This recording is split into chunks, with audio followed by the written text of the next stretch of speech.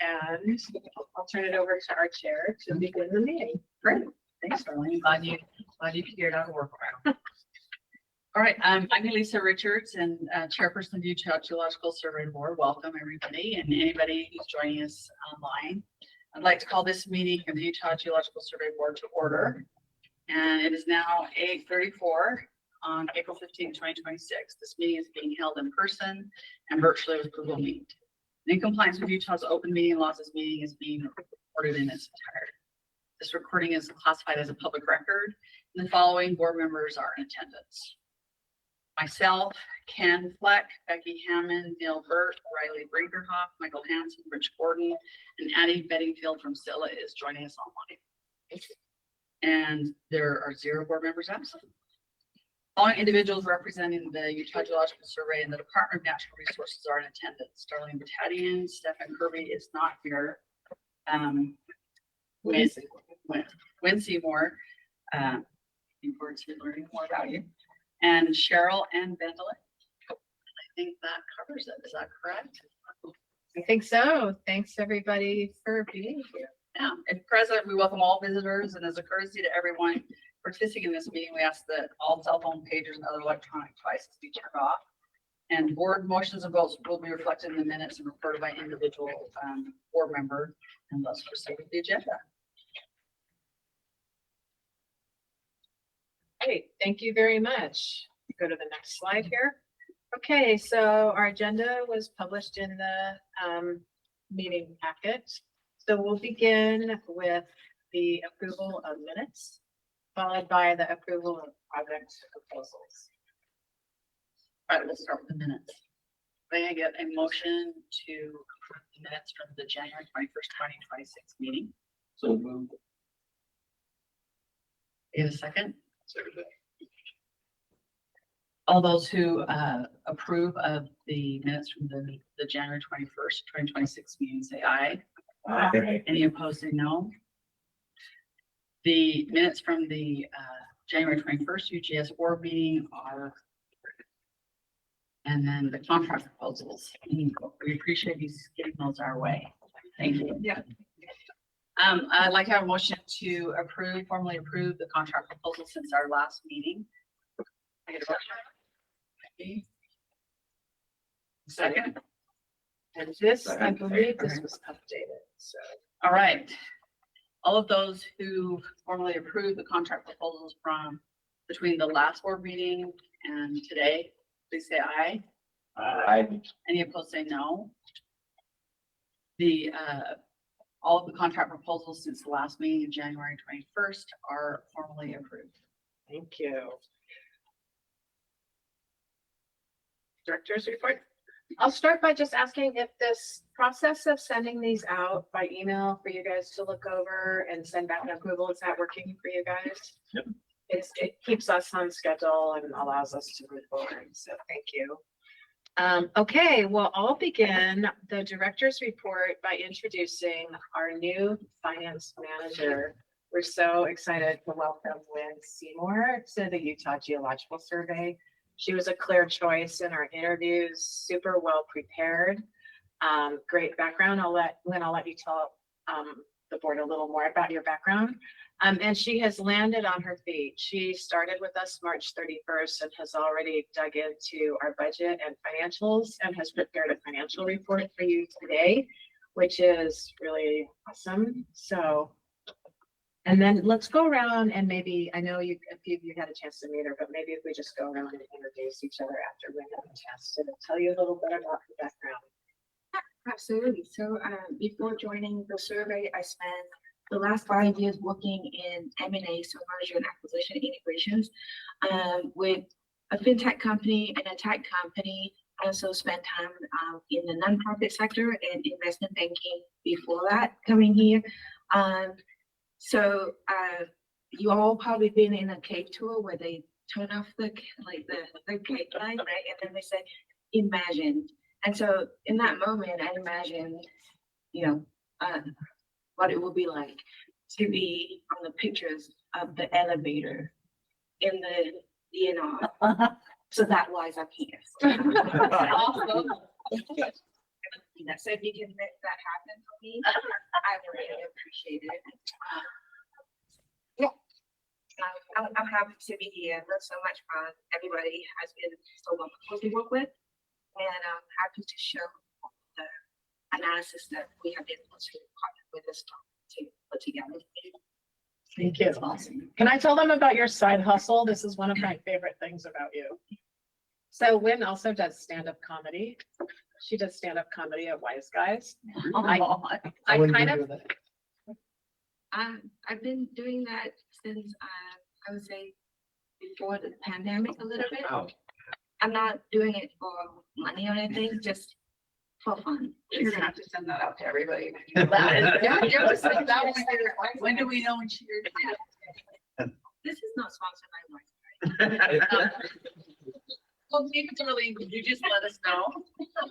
I just think that she's just gonna begin getting to know all of our geologists and scientists, and I kind of think she's gonna get a lot of good material in the survey.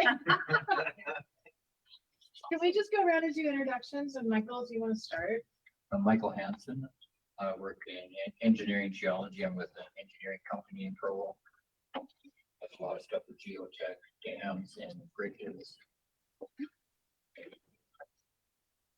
And Michael just joined our board within the last year, I think. Yep. So yeah, we're really glad to have him. He's a longtime industry professional that I have worked with and known about in extensively for a long time in my career.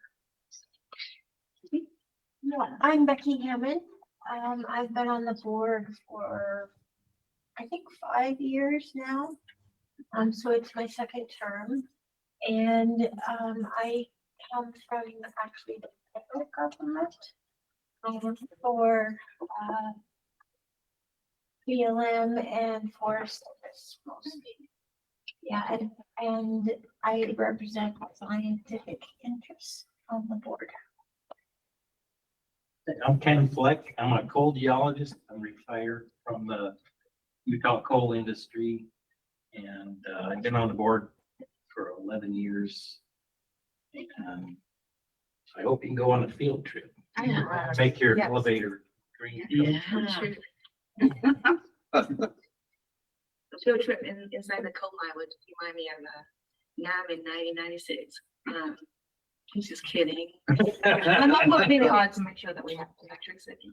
Right Yeah. in the day. I'm Reddit McGrath. I do oil and gas. I'm out in the basin. And, I actually came on the board same time. Been 5 years now, I guess. So gone fast. I'm Elissa Richards, and I've been on the board 9 years. And I represent the public at large. I'm not a professional geologist, but I'm the CEO of a national nonprofit and we work with utilities across the United States. Joe, or do I get? Oh, she already knows me. Oh, okay. Yeah. Closely. So my name is Neil Burke. I'm a hydrogeologist. So I work in the groundwater industry. I've been on the board for 2 years or so. Richard Borden. I'm a ore body and environmental geologist specializing in metals mining. I've been on the board for only a year, and my areas of expertise are mostly in copper and precious metals. Thank you all for your service. Well, welcome. And you'll hear more from Nguyen later in the presentation. We have a financial update for you. We love to celebrate our employees for their tenure, and Tyler Knudsen, who you may know, he works out of our Cedar City office, just reached his 20 years of service earlier this year. Tyler does a great deal of geologic mapping and geologic hazards work in southern Utah for us. He's great at external engagement as well. He's been a great mentor for mappers. He recently published, well, you'll see in our publications, a geologic map of Bryce Canyon and a Cedar Valley hazards map that showed extensive land subsidence that actually has already been used to provide some additional water resources for Enoch Valley. So, or Enoch City. And then Claire Spangenberg is one of our groundwater and wetlands professionals, has reached 5 years as well. We do have a lot of new publications. It's been a minute since we've shared these with you. Phragmites in Utah. This is a public information piece. It's just a 4-page brochure. But again, just kind of talking about the Phragmites problem in Utah and how we do, how the state is managing that. Critical minerals PI, so another 4-pager. That's just a summary of critical minerals information that we can now use instead of sending around a 67-page report to people who are interested in knowing more about critical minerals in Utah. Wetlands mapping and loss in Utah Valley. Pete Goodwin, Rebecca Molinari, who you may remember went on to contract. She's just working a few hours for us while she takes care of some new kids. And Elizabeth Stimmel, a frac sand potential on sitlo lands. Riley, that's for you. Great Salt Lake lithium sourcing and groundwater flow investigations. This is becoming more and more, we're getting more and more questions about lithium around the Great Salt Lake. And then this groundwater flow investigation was also done in tandem with Aaron Brinkman from our groundwater group as well. And again, we're going to be, you've seen some news lately about groundwater beneath the Great Salt Lake. So we'll be getting towards the end of some investigations about that and should be able to provide some additional information. And then Tyler's Geologic Hazards of Bryce Canyon National Park, that has a really beautiful map as well. So if you're looking for a map of Bryce Canyon, this is a great publication to go to, and you can get the full-size map printed out at our bookstore if you want to hang it on your wall. Geochemical data. This is kind of a data dump on geochemistry, and then a second geochemical database for said strata for the Uinta Basin by kind of Ryan Gall and others at the survey. And then an update to the quaternary fault database. We continually update our database Q faults as we map more active faults around the state. So all of these have the DOI links, or you can just jump on our website and look for new publications to find those. Wanted to give you an update on legislative, what happened. I think the last time we met was in January, I believe. So we were just going into the legislative session. So I don't know if any of you had a chance to listen to the presentation that we gave to the legislature. Went really well. What we were not asking the legislature for any additional funds this year. We didn't have any building blocks to put forward. We felt like our financial position was really secure, so we didn't need to ask for any supplemental funding or anything. And given the legislature's really tight budget this year, it wasn't a great year to put any large proposals in front of them anyways. So what we focused on, I thought I had a slide on this. What we focused on was the return on investment that the Geological Survey provides. We focused on the work that we do all around the state. Our committee, the Natural Resources, Environment and Appropriations Committee, is made up of legislators that represent people from all over the state, both urban Utah as well as rural Utah. And so what we wanted them to know was that our work is done all over the state. So we had a map that showed where all of our recent projects were, and let them know that, we were working in their communities, and to consider us a resource for them and for their communities. And that was actually really, there's a couple slides missing. I wonder if we have the most recent version of this presentation that resulted in us being written into 3 different bills during the session.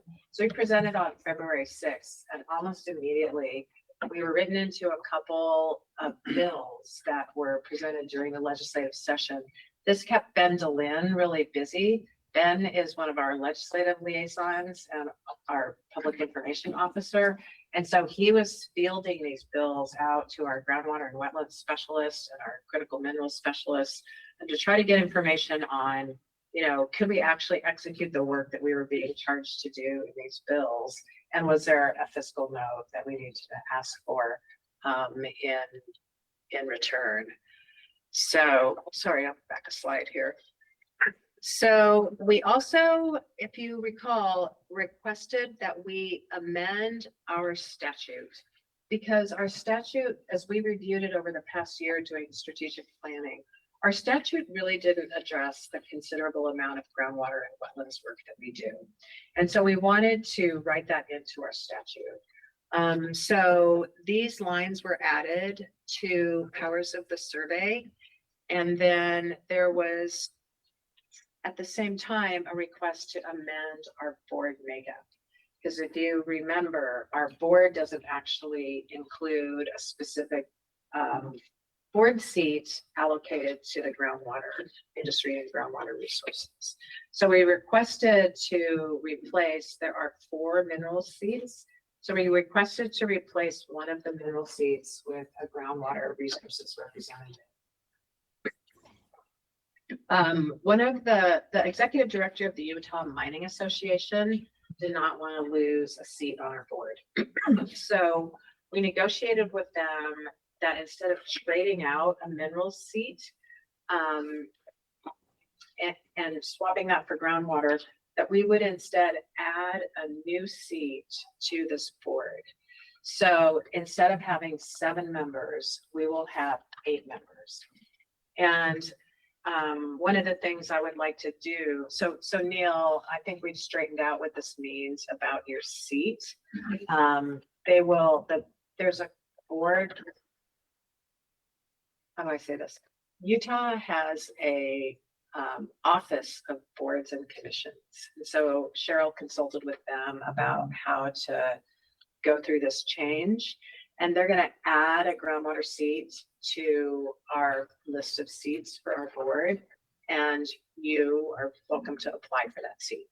And then we'll have an open seat for a mineral industry representative.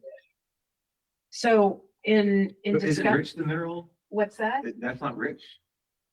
For metals, But there's, there's 4 mineral seats. So Ken, you, Rich, and Neil is sitting right now in one of those mineral seats. industrial minerals, right? It's not specific in the statute. In fact, let's go to the statute. It's not specific in the statute. So we'll just create a new groundwater seat and Neil will apply for that seat. And when you are, when the governor approves that, which could happen very soon, Cheryl will probably send you an email about this. I think it'll happen within the next couple of weeks or month if they continue to the governor. So just watch for an email. That will leave that 4th mineral industry seat open. So I did want to talk with you guys about how to fill that seat and with what type of expertise. And if industrial minerals is a gap that we have, we can look at that. That would actually be great for the survey because we do a lot of work in industrial minerals. In fact, Greymont is helping us drill a deep well. They're looking for some pozzolan resources. And so they're going to drill a well and allow us to use that as a geothermal temperature gradient point. So we have great relationships with our industrial minerals companies here.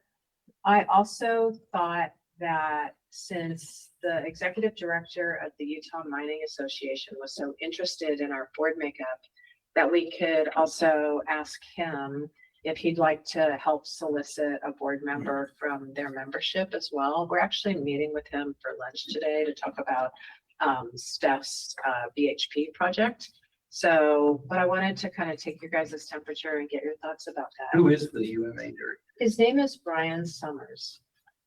I don't know if any of your businesses are part of UMA or not. I know. So yeah. But this will be an open seat. So we'd love for your help to recruit a new board member. And it would just be minerals. He's not being specified. Would he- So this is how the new statute, actually, this is not correct. You know, Cheryl, we might have to pull up a different presentation. Well, the one on the share drive, that's what's on there. That's interesting. Does it have when slides in it? Mhm. Okay. That is strange. So it would be 4 members. Yeah, this is not updated. This is not correct. I had updated this slide. Wow, there's a lot missing here. I wonder if you updated while she was in it and the first overwrote what you did and you hadn't saved it yet. What's that? There may have been an issue when you both might have had it open. I don't think When she did. so. I pulled it up from the share drive, so I'm not sure. Yeah, no, the version that I completed editing yesterday afternoon had Win slides in it. So, this is actually 4. And as you'll notice, we also added geothermal. So this is another opportunity also, is that we could recruit someone from the geothermal industry. I do want to talk to Brian Summers about this also. But what are your thoughts about this? I think if you looked at employment and revenue, oil and gas, metals, coal, industrial minerals is a missing board. Yeah. I agree. Who do you want? Who do you think makes the composition? Well, I wanted to Little make a balance. comment back to Ken about the coal industry. I was just in Tucson last week for a meeting of the Intermountain West Coalition, which is a coalition of Western state geological surveys. And DOE has kind of renewed their focus on coal. Oh. They're going to be putting a lot of attention on not just coal mine exploration and mining, but also on the processing and kind of the logistics about getting coal to market. So I'm glad you're here, and you may see some additional funding coming into the coal industry. I think we have Riley's been an, great representative of the oil and gas industry, Richard on, precious metals. I think industrial minerals is a great objective for us. That touches a lot of counties in the states and things too. That's a great point, is that, it's everywhere, right? It's a necessary resource. And I think in terms of economics, especially on the aggregates, it is a big driver for Utah's economy. So, so if that's what you guys are thinking, I'll talk to Brian about that. And then if you have candidates that you think would be great for our board, please help us recruit a new board member for this seat. And then Neil will just put you through a couple exercises to move you over to groundwater. That will also be an open seat. So it's possible other people would apply. I don't know that we'll widely distribute that though. So. Geothermal is important too.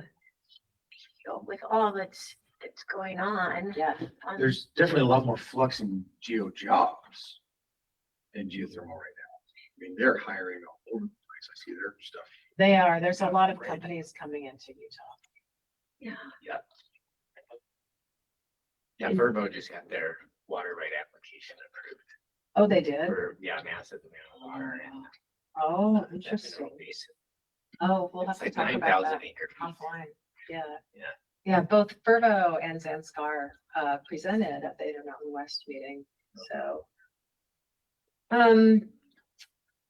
In terms of like longevity and stability for our board, and I can also talk to our program managers about this, but in terms of longevity and stability for our board, I'm thinking industrial minerals right now. So let's think about that. Is there a demand from that industry for geologic products? Yes. Yes. Yeah, and in fact, if you go back to some of the publications, this frac sand potential on Sitla lands, and there was another, I think, pozzolans on Yeah, Sitla lands. Sitla is, and Andy's on the call, maybe he wants to speak more to this, but Sitla does promote their lands for mineral development. And because they're not federal lands, the permitting is quite a bit more straightforward. Andy, do you have any comments on this?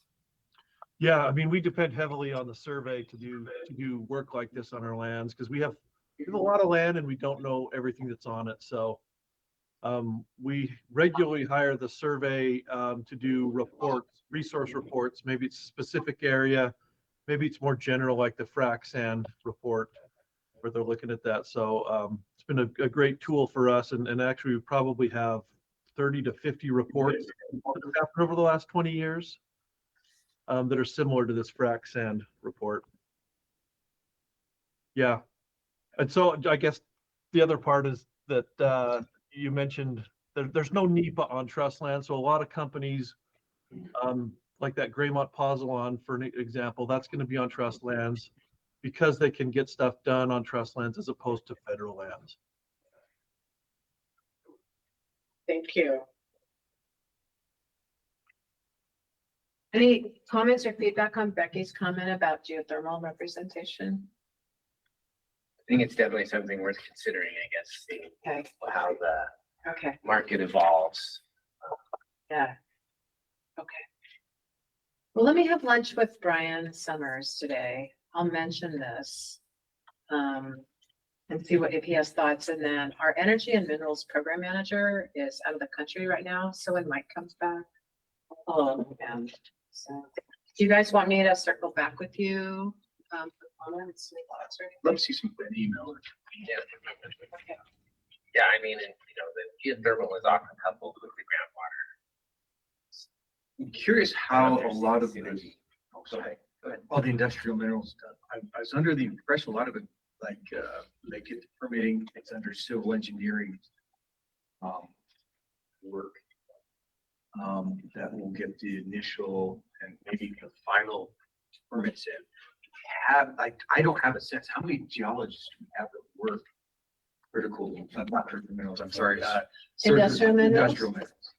That is a good question. And maybe that's, Cheryl, will you make a note about that question in your minutes about how many geologists work in the industrial minerals field?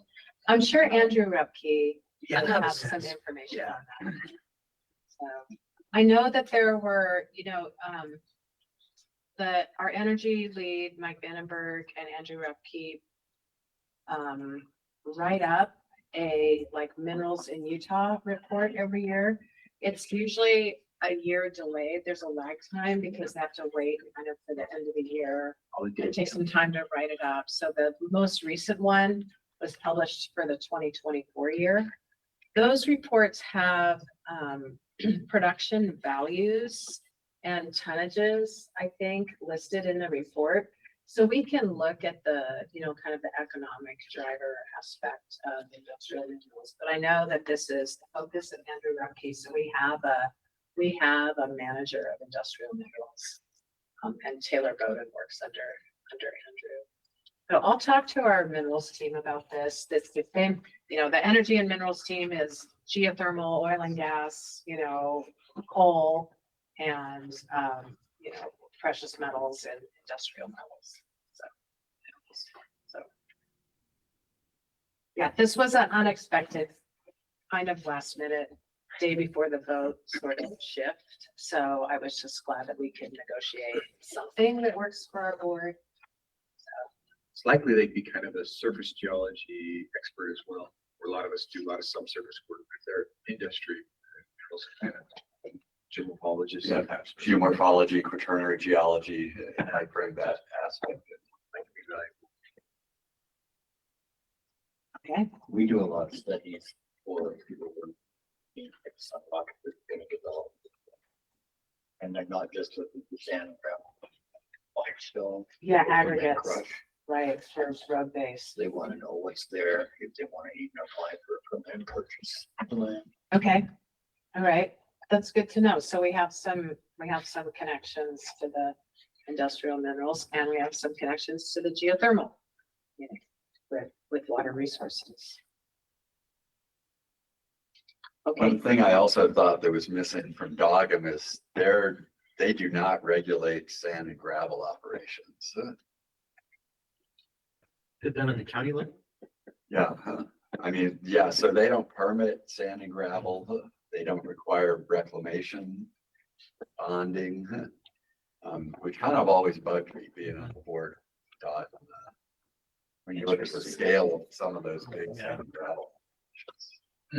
I couldn't agree more. It's the wild, wild west sometimes with gravel. Well, and they often have a lot of accidents. I do IMSHA training every year and sailing gravel operators and a lot of incidents. Not that we're a regulator, but it's just something that's sort of missing. I don't know who's. Well, how does that affect our board? So let's kind of follow that trail line of thinking for a minute. Is that, would it be helpful for them to have insight? Would it be helpful for that industry to have insights into what the Geological Survey is doing and vice versa?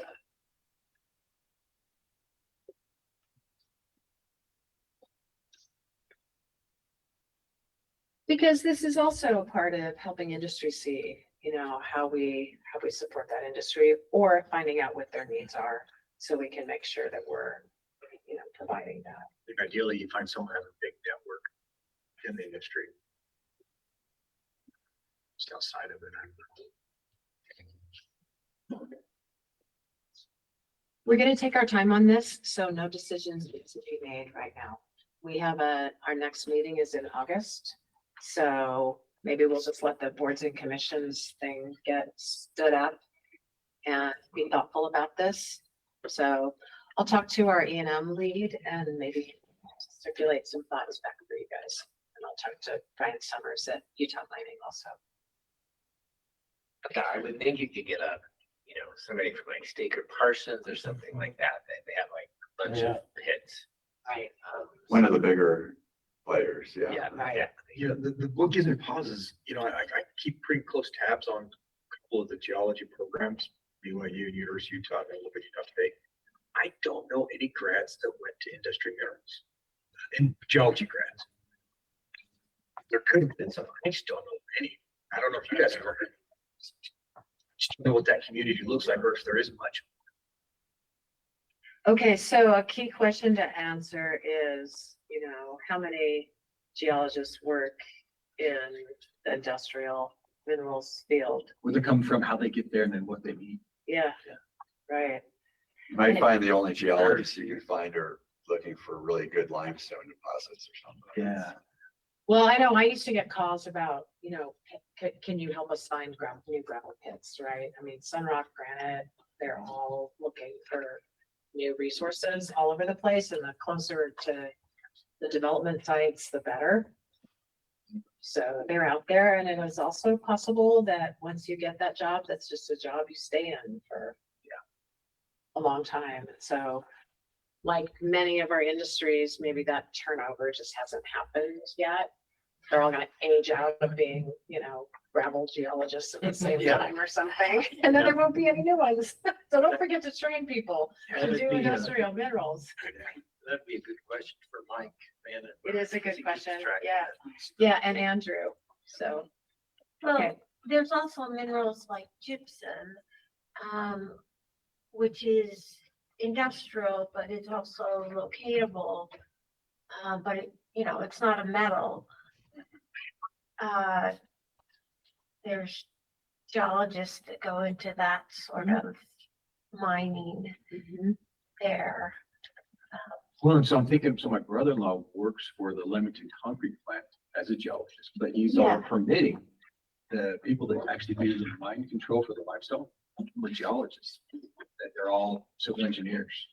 True. That's interesting. Cheryl, will you make another note, and that is to circulate the 2024 mining report to the board? Let's send you guys that report. Take a look at that report, because it does go through both, metallic and industrial minerals and the values and, like industry leaders in production and that kind of stuff. Mike Vandenberg keeps pretty close tabs on mining in general, and I think Andrew Rupke keeps pretty close tabs on the aggregates and other industry. We had a whole workshop. Andrew stood up a whole workshop last year where he brought all of the industrial minerals geologists in, and people flew in from across the country for this conference. So there were probably 40 people in the room, which is more than you would think for something like that. It was very popular. There was good science that was presented. We can actually get a list of the names. Maybe this is another follow-up, Cheryl, is a list of the names from Andrew's Industrial Minerals Conference. On your website, you are representing industrial minerals right now. Okay. Well, then, Best of interest here, so. that precedent might be the tipping point for this conversation. then. Okay. I'm sorry? We have a hand raised online? Just, I went to that conference that Andrew put on. There was a lot of people. There was Wholesome people. There were some Ash Grove people, Graymont Western people. So I think that's a great idea. Thank you. Great input, you guys. I think we just got some important data points right at the tail end of this conversation. All right, shall we move on then? Okay. See, so that is the changes to our board. And then with that, we can turn it over to Nguyen. Do you want to come sit here or do you prefer to stand? Okay.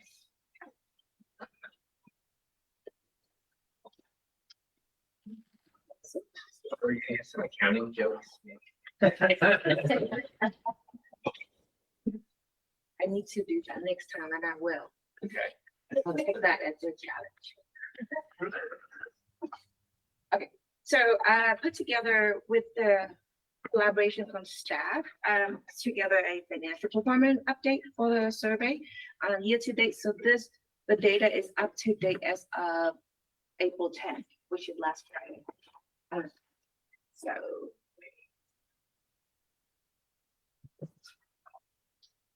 Let's use the arrows.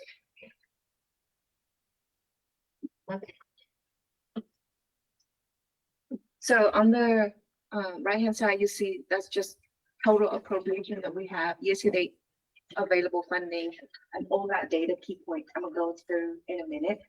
You have a sense of where we are. So I'm not gonna go over this, but this is just kind of want to give you an idea of what we're gonna be discussing today. So we're gonna go over the overview, go over the appropriation year-to-date that we have. Where are we in terms of collection for funding outside and expenditures, and how is the outlook for the end of the year? So I'm going to start off with the funding architectures for the survey. So as you can see, the funding source that we get are the general fund, which is make up of the beginning, none left at the beginning of the year, the general fund, and the general fund one time that we're given. All of that together for the survey for the fiscal year 2026, which start from July 1st until June 30th of this year is 8.9 million. And so that number alone, as you can see, is not going to be sufficient for the survey to operate and deliver missions critical plan. And so we have supplement of restricted account, which is coming from our restricted account 1137, we'll go over them in detail, and then the land exchange distribution account, which is 1335. The restricted account, the risk associated with them is we need to monitor them so that we don't overdraw because revenue coming in and we have to make sure that it's balanced. The outside funding that's supplementing the operating budgets coming from the federal grant component, the dedicated credit, expandable receipt, as well as a transfer. So the maximum authority set by the appropriation allow us to maximum captures of revenue, but our earning or our collections is determined by the actual project that we deliver from the survey. And so all of that component making up the operating budget for the survey, which is a fixed funding from the general fund and the restricted account of 12.23 million and outside funding, which is 6.27 million. We'll go over both of those components in detail in a minute. On the expenditure side of things, the personnel service accounted for majority of the expenditures, 76% of the total spend, and year to date, we have spent 8.2 million. So if you look at that and look at the general fund, obviously we need to make sure that our effort in outside funding collections is up to date, as well as restricted account, a close monitor. And then the outside funding life cycle, as you can see, it started with the program manager and the staff putting together the grant proposal. They plan for their resource with their team, and then they work through the scheduling. And then based on whether it deliver on time or late delivery, then we'll have no cost extensions or the fund itself get elapsed. Then it get to billing, and then we'll make sure that it's actually get collected so that we have available funding to spend.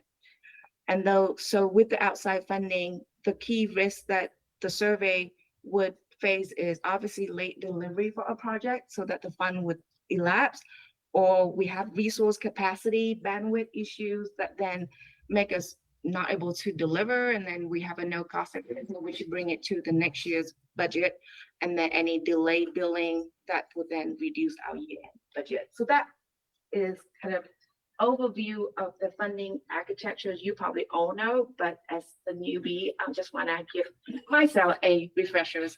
So coming in, the visions that the finance team want to take upon is, number one, take care of our people. We want to make sure that we have a long-term funded workforce plan and not just relying on one component of the grant.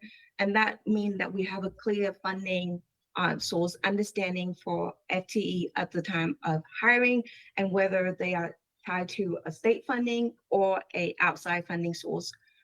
We want to monitor all the funding component closely. So that's coming from the restricted account as well as the outside funding, billing, and collections to make sure that it's up to date.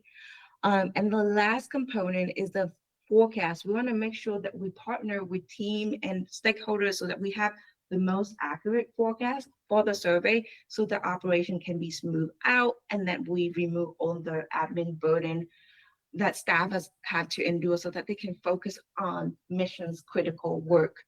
And so with that, the key financials activity, and you will see in the way that the thought process in the next few slides show that we want to make sure that the funding source mapping is clear. We want to make sure that we're balancing between our collections, taking in our status of our restricted account, and then if any issue, want to flag that early, and then again, forecasting, right?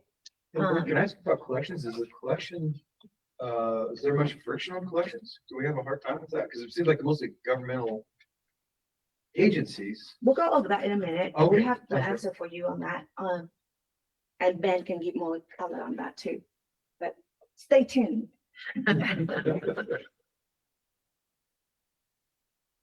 So here is year to date. Revised appropriations went up by 1.04 million compared to the beginning of the year. Majority of that is in outside funding appropriation. We'll go over that in detail.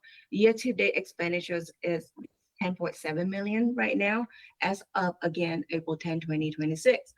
That represents 72% of our available funding. I'm going to pause that and just want to give kudos to everybody on the survey, because at 75% of the year has gone past, they only at 72%. So that's great work for everybody had involved. The second thing that I want to highlight is year to date, the survey has built outside funding 3.54 million. That is incredible because that represents 79% of total from 2025 alone.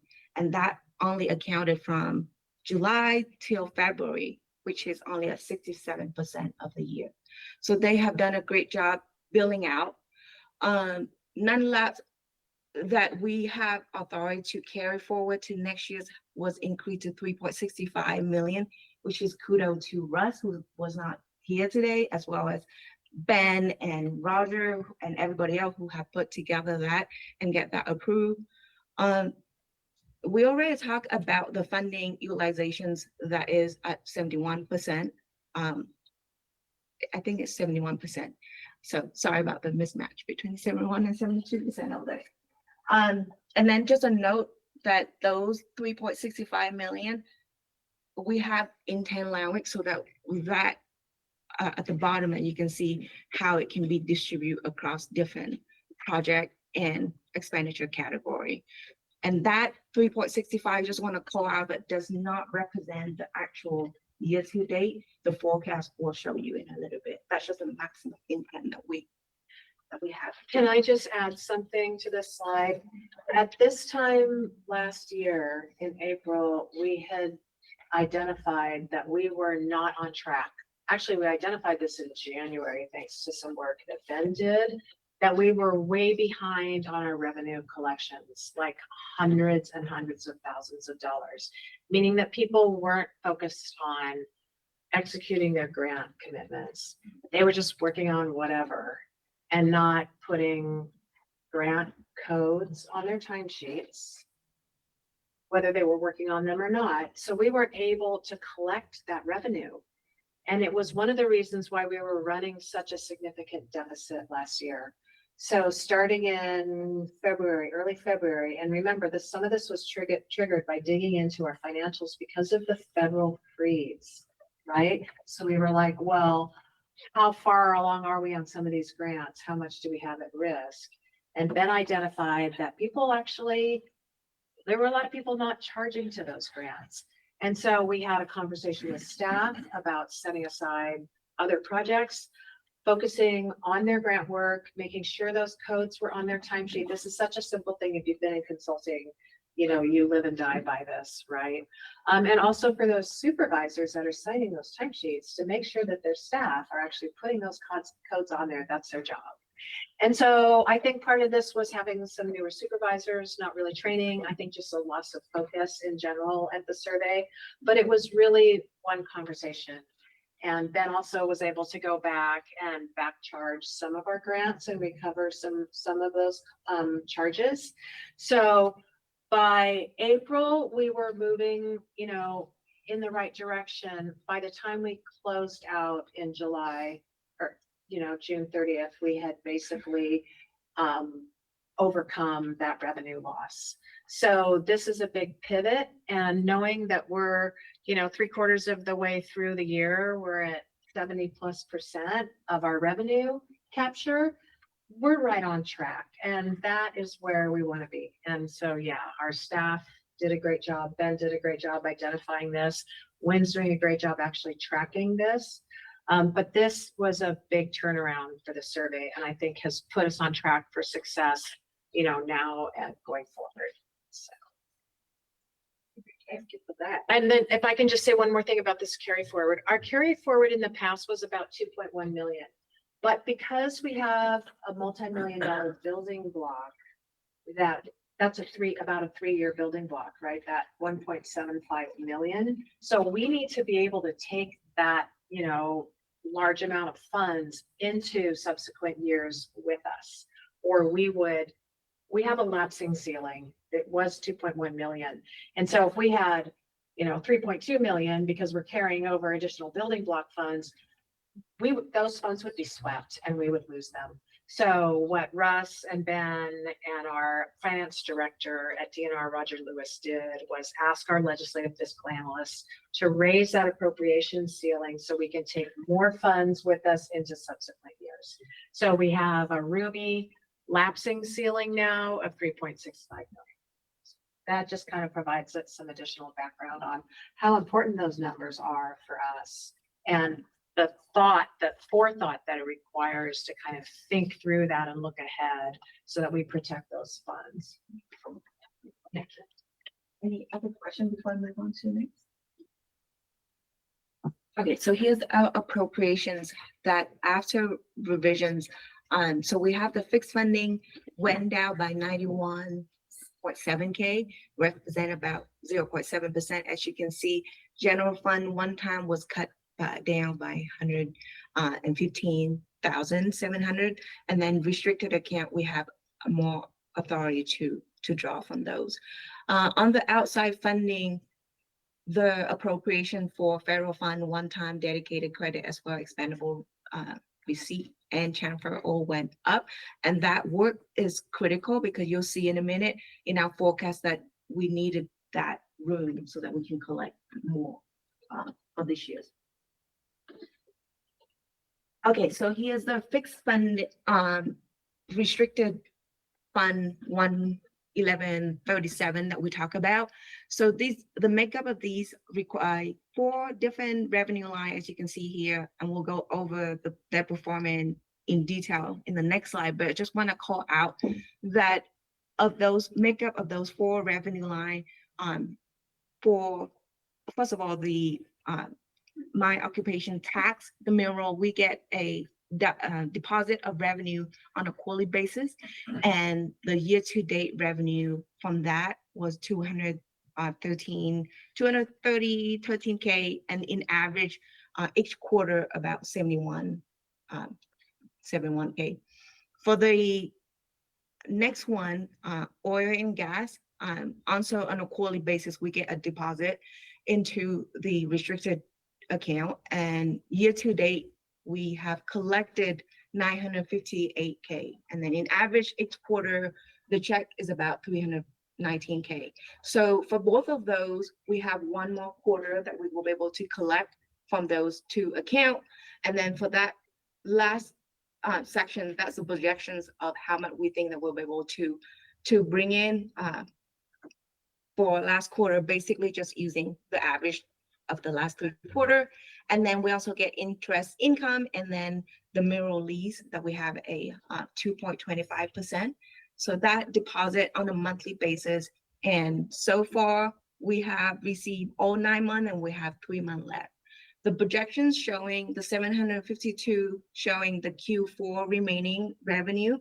And so with that projections, we believe that at the end of the year, July, at the end of June 30th, the balance will be 633,273 for that particular. Can I just ask for clarification on that? So that's with those Q4 withdrawals into our Correct. operating Yep. budget, we'll still have 633,000 left in our restricted account. Correct. We have a carryover in our restricted account. That's like having money in our savings account. So that's. Yeah, and this the significance of this number. So after projecting that we're gonna take out our appropriation amount, which is 811,750 for Q4, we projected to have this at the end of the fiscal year, which is June 30th. And then the next time we'll have to draw out will be October of 2026. And so with that, we see 600K and then another 600K, making about 1.2 million. So the next one that we draw, which will be in October, will have sufficient to draw. So that's why we want to keep closely track of that. I have a question. Yeah. So is the tax rate on oil and gas significantly more than minerals? I'll show you that in a Yes. minute. So I'm holding against risk, but it's not apples and oranges what they tax. Yeah, so to answer your questions, oil and gas making up 45% of this particular account, and then the mineral 10%. So yes, oil and gas taxes a lot more than. That's helpful to see that, you know, on a monthly and quarterly basis, to see it mapped out like that. That's income into the account, right? Yeah, so this is all incoming to the account. As I mentioned earlier, these are the restricted account that have 4 components making up. So these first 2, as you can see, they deposit on a quarterly basis, but the federal mineral lease and the interest income that come in on a monthly basis. And then as you can see, there's a big dip in October, where it was a lot less. Yeah, And we're so still not sure that why. skewed the data. You know, so we're not really sure why It shouldn't have that been. payment was under $7,000. Sometimes it's just really low and then they make it up. You can see the spike So in it's the just lumpy, next not payments. because production was going up the whole time. Yeah. We couldn't figure that one out, but they made up for it in the next payment. If you see the payment after that spiked up to 227,000. Does that cost you having it be lumpy like that, or? Not really No, matter. because we would. Because it averages out. Because appropriation, we can draw up to the appropriation authority, but we still want to make sure that the balance there for the next time. Yeah. We don't want to get run to a deficit. And But- that gets pushed into, funds into our operating budget get pushed in quarterly, not monthly. So the money goes into the restricted account quarterly or monthly, depending on which fund it's coming from. But then into our operating budget, it only happens once a So quarter. if there's a reporting lag, before you're. It just it washes could- out. It could, yeah. Yeah. Make we're it- fine. make it lumpy on you. Subject. What we are watching though is we're watching our lapsing ceiling. And so if we're close to that lapsing ceiling, like subtracting all of the stuff we have to carry over, like building blocks and transfer funds and dedicated credits and all that, if we're close to that lapsing ceiling, we can actually request to hold back funds for that last quarterly payment. And so we're watching this really carefully because instead of, do you want to go back a slide? Instead of taking that 752,000 or is it 811,000? Instead of taking that whole amount out, we can just request like 400,000 from it. And then we just save that extra, $300,000 or $400,000 in that restricted account. Doesn't go anywhere. That's our bank account. We can keep it there. So, and given some anticipated projects that are going to fund in July, like Explore, we may want to just hold back on some funds. So that's where we'll kind of do some work to talk about optimizing our restricted account to really allow us to build up a reserve in that restricted account. Absolutely. So here's outside funding year by year trend. As you can see, every year the survey managed to collect more than the prior year. As of last year's, the total was 4.45 million. Year to date in 2026, we have collected 2.93 million, and that on the right side, as you can see, are where the outside funding coming from. So Energy and Mineral at 1.2 million from outside funding represent 43% of that 2.93 million. And then the groundwater, the next, which is to represent 22%. I do want to call out that this just represent the opportunity where the outside funding for this group. I do not want to say that the sum is a leader in any category. So. He says transfers. What do transfers mean in this case? It's revenue from another state agency. So either within Similar DNR. transferring it. Exactly. We have really built up a lot of work with our sister agencies. So you can see the increase in that gray. Well, actually, it's not that big of an increase, but it's SITLA, Forestry, Fire, and State Lands, which manages sovereign lands, particularly the Great Salt Lake, and the Great Salt Lake Commission's office. They have tech team grants that we are, repeatedly awarded to do work on everything from phragmites to wetlands work. So Forestry, Fire, and State Lands, Division of Water Rights requests that we do groundwater basin studies and groundwater basin budgets. So they pay us for those studies. So we're really doing a lot of work, in partnership with our sister agencies. And that's a great way for the survey to really help the state make great decisions about work is when our sister agencies request work from us. So it's not all pursuing federal grants to do whatever. A lot of it is internal work that we do on behalf of the state of Utah. Did you say that work's increasing or kind of stable? Definitely. Seems like it's increasing on that. It's increasing. Proposals that we've Yeah, ever seen. yeah, right? If you Yeah. watch who we're doing proposals for. Yeah. And, remember that the Great Salt Lake Commission was given $50 million to do studies on how to, address, declines and habitat management in the Great Salt Lake. And we've benefited from that large award.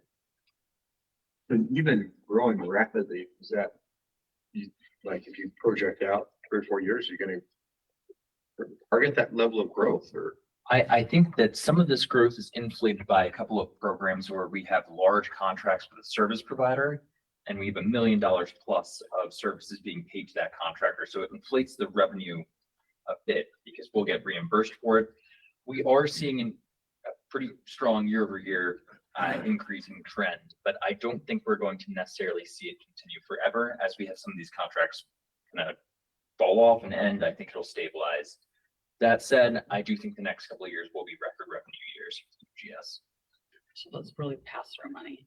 A large portion of it is. This Do you year, I wanna think give an we, example? yeah, so we have a program this year funded by the Division of Forestry, Fire, and State Lands, where we're flying planes over the Great Salt Lake and using LiDAR to map the lake bed.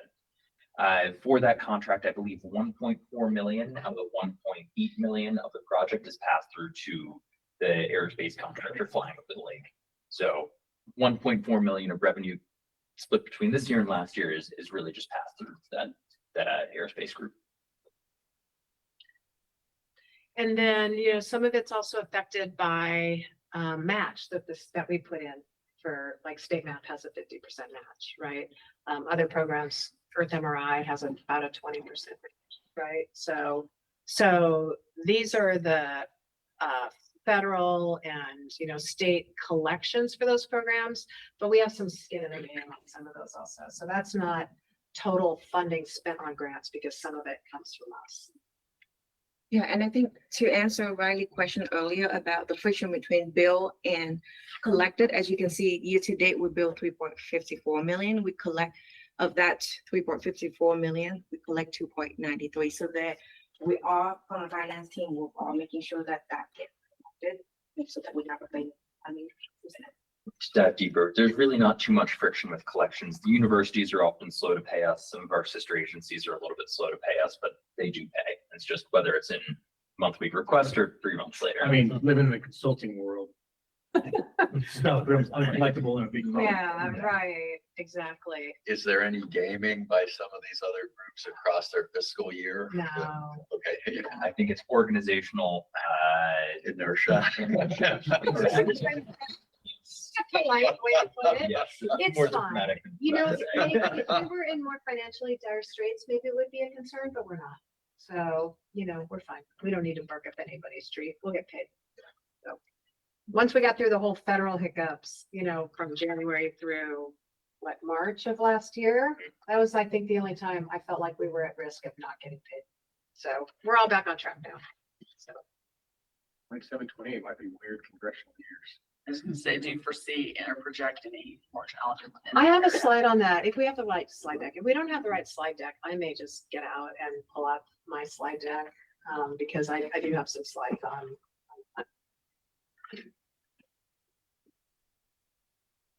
all right, so here's our forecast for Q4 in terms of collections. The method that we use is we take the average, which is the base of the last 3 quarters, and then we use that for the base case scenario. And then for the low, we just take 1 standard deviation down. That will be our worst case scenario. And then the high will take 1 standard deviation up. And so what we projected for Q4 would be 1.6 million in terms of collections, and that brings us to 4.52 for the full years. We believe that is mostly going to be on the high and high plus, because typically Q4 is when we bill the most, and we have an extra fiscal month or fiscal period that we get to bill. So we believe that will be. Yeah, we're a 13-month fiscal that's accounting right. calendar. Okay. So yeah, so we think it's gonna be even higher than 4.52. I think Ben said it may be 5 million, shy of 5 million this year that we're going to collect. So good thing for the survey. Here's our expenditures. We're touching on 10.7 million year to date that's spent, and personnel, as you can see, is the highest cost driver for the survey. And then you see that the same for forecast, we put the low would be the average of the last 9 months. For the base case scenario, we'll take average of the last quarter, so January, February, March. And then for the high case, we'll take the average of last 3 months and 1 highest month. And so with that, in the expenditures for Q4, we'll see that ranging from 3.4 to 4.6 million. And that will put the survey between end of year for the full years, 3.9 to 15 million on the high case.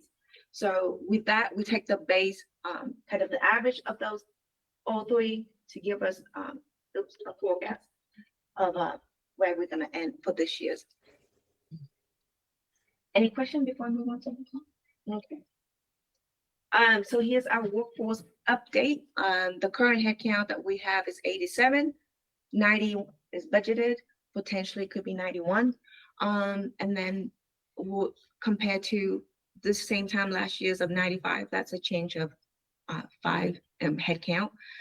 Personnel, we already mentioned that it represents 76% of the survey. So that is a very stable base that we can use to forecast. Not only for this year, but upcoming years. And then as you can see right now, there are 3 positions that we're actively recruiting. I'm gonna predict that mapping position gets a record number of applicants. I think we're gonna get some really, could you go back to that That slide? might for be a the second? sexiest job in America for geologists. It's gonna be pretty awesome. So keep in mind that we're hiring. And so if you know, people who are qualified, please direct them to the state's careers page where they can find information about these opportunities. These are great opportunities. The first 2 are at the project geologist. So that's a mid-level of expertise.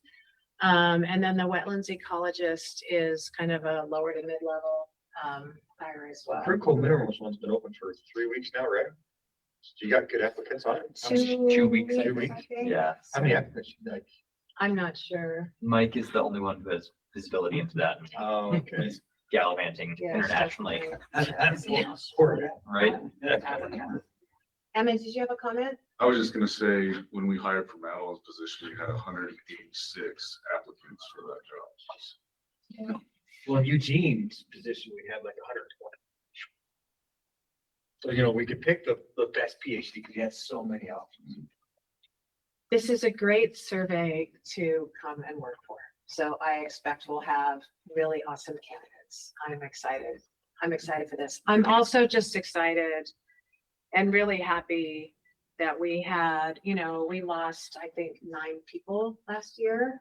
2 people were riffed and we had a bunch of people go to grad school. We really needed to get our head count down and stabilize our finances. And I'm really thoughtful and careful about hiring.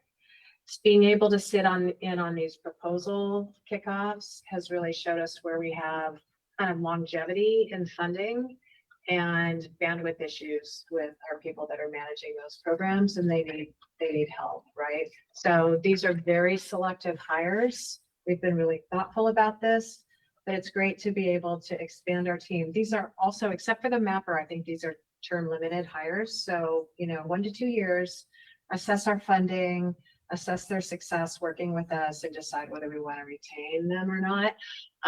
But it feels great to be able to take those personnel savings and then go out and recruit 3 new scientists. But we have been really thoughtful. We don't want to get ourselves back into the situation where we're ballooning up our head count to try to address like short-term funding stuff. We're going to continue to be really thoughtful about proposals. Has the groundwater one been open very long? Just about the same time as critical minerals, maybe a week shorter. A lot of interest in that. I'm not sure. I've been away, so I haven't checked in on how many applicants there are for these. So Well, if I was younger, I would apply for that. That job. I would apply for that mapping job. It's more fun. It's way more fun. I'm surprised Stephanie doesn't resign and apply. Yeah. Or shouldn't say that out loud.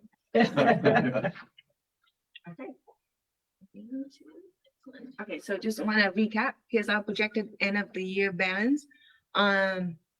So we projected with our collections of 4.5 million and our fixed funding 12.2. We'll have 16.76 million in our available funding, which potentially could be higher because outside collected could be up to 5 million, right? So that could bring it up. And then projected in terms of the expenditures, we'll look at 14.3. And so that will bring us to 2.4 million unexpended balance at the end of the year. Recap on the restricted fund 1137 that we talked about. We projected that if we draw at the full amount, then we'll have 633K left in that restricted account. The more that we have in that account balance, the better. And then year to date, again, as of April 10, we have available funding of 15.1 million. 10.7 is our year-to-date expenditures. And as of April 10, we have 4.3 million in unexpended balance. And then right now we have 692K in our restricted account. So all in all, we are doing great in terms of overall. And there's some program that underspending, overspending, so we are smoothing that out for the remaining of the year. And then to end, I just want to showcase some of the key risks and opportunities that we potentially see, obviously with the workforce capacity, you know, put that as a risk, but most likely we will not be able to hire that very soon because we have a lot of applicants. I want to point out the bookstore revenue had a strong total sale year to date.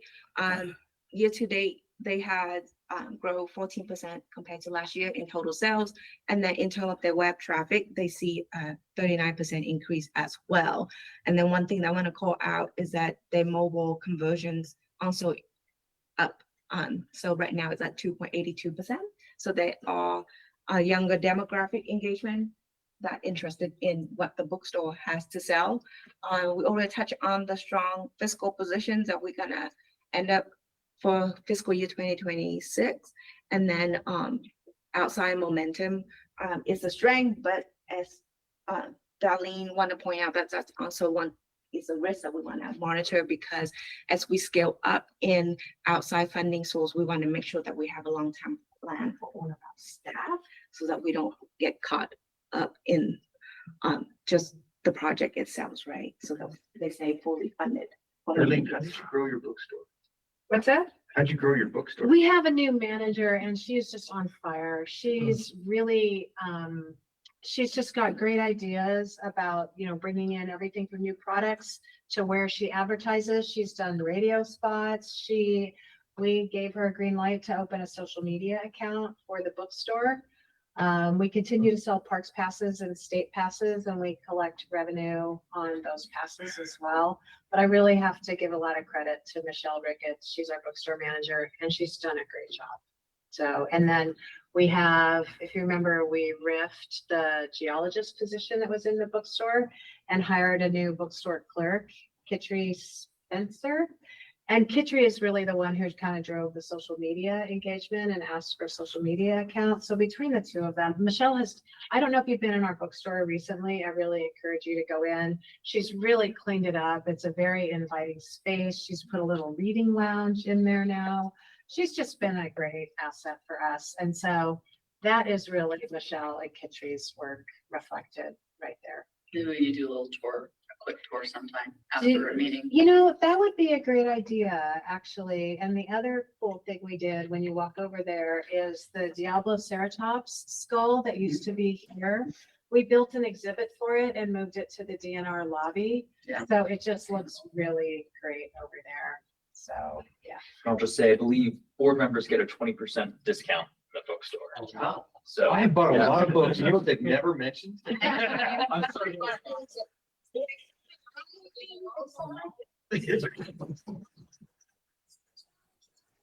That's right, they're like, you know, oil and gas. Oil and gas, that guy.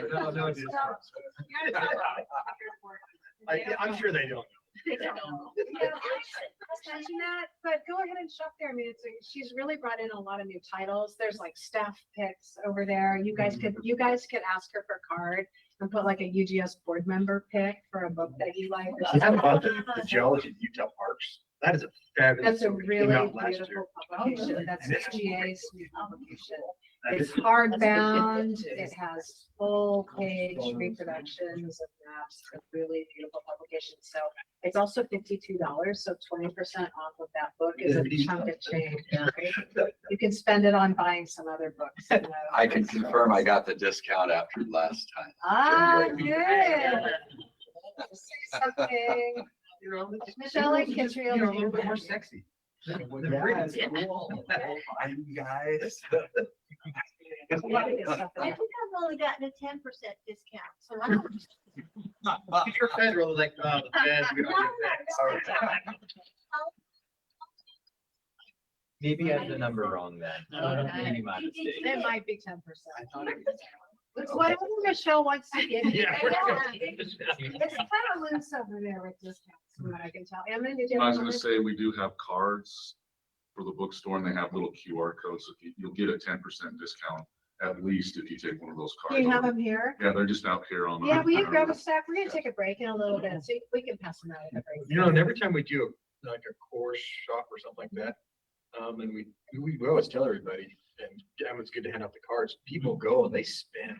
Like, It's a people great love the bookstore. It's hard It's not a to great walk in bookstore. there And and walk out find and not buy something. And then Michelle and Kitri have also been going out to conferences and stuff like that. Like I think Kitri will be at Geology Rocks this weekend in Green River. That was The table last is weekend, I last believe. weekend? Yeah, Green River Rocks. Yeah.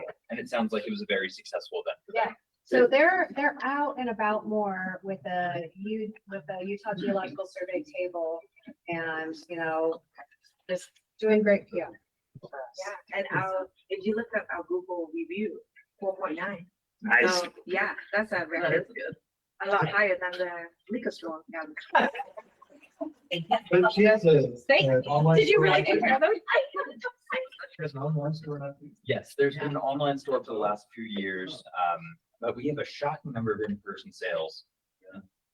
They say brick and mortar retail is dead. I think the bookstore is a pretty good counterpoint to that. And the Google review Fun would stuff. We like it. tell you otherwise. It's a great bookstore to browse in. So we really should just take a trip over there one time, and so we could meet, Michelle. That's a great Gidry. idea. Yeah. So Cheryl, if you're taking notes, a bookstore tour for next time.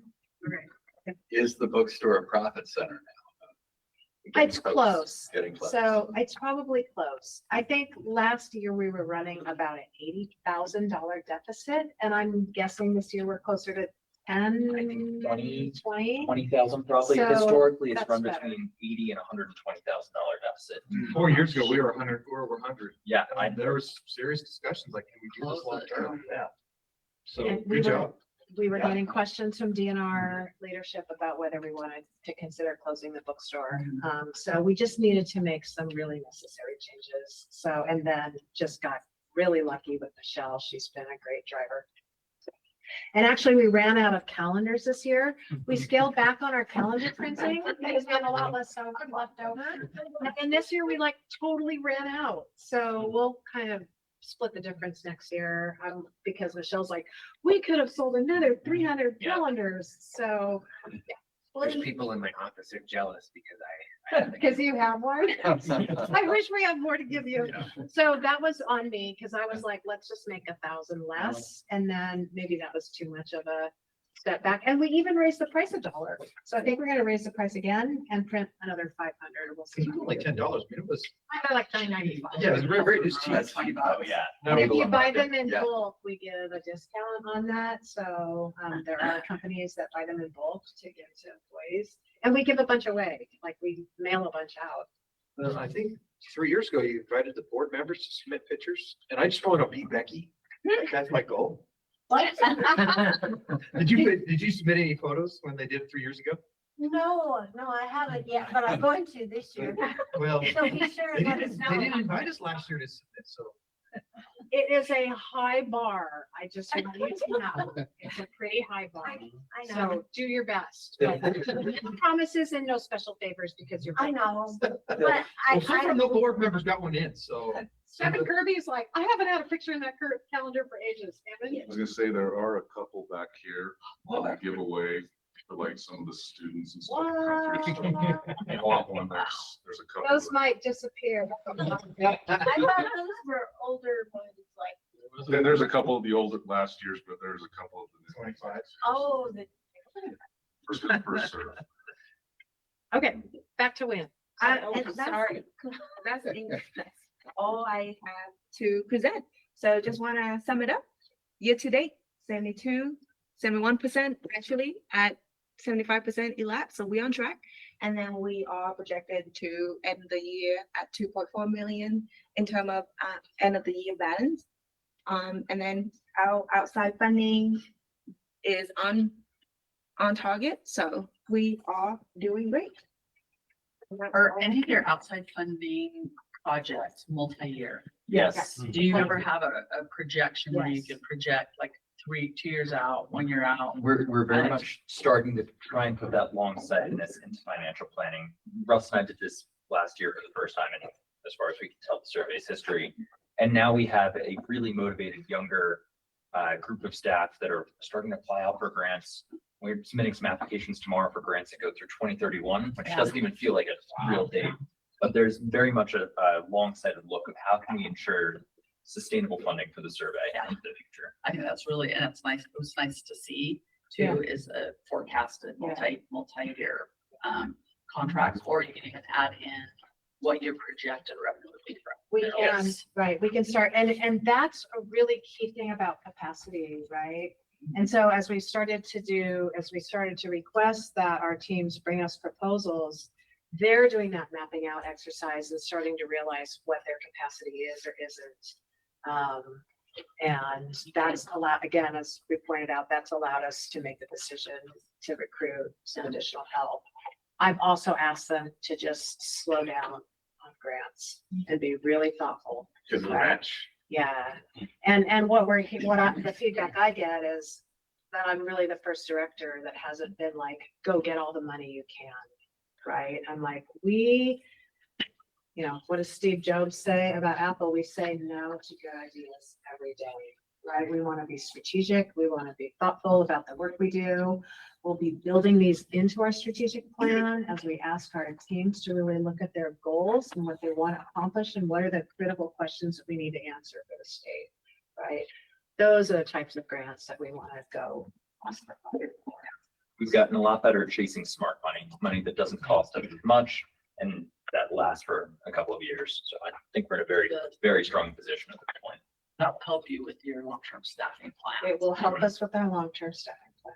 Yeah, and continuity, because I love that Lynn built this into her presentation. It was one of her first things. We want to take care of the people that we have here, right? Make sure that they're not overcommitted, make sure that they have the support they need, and that, their positions have longevity also. That's just gives everybody job security. It's better for everybody. So. Kudos on gorgeous slides. Those are great slides. It's a lot of work to put good slides together.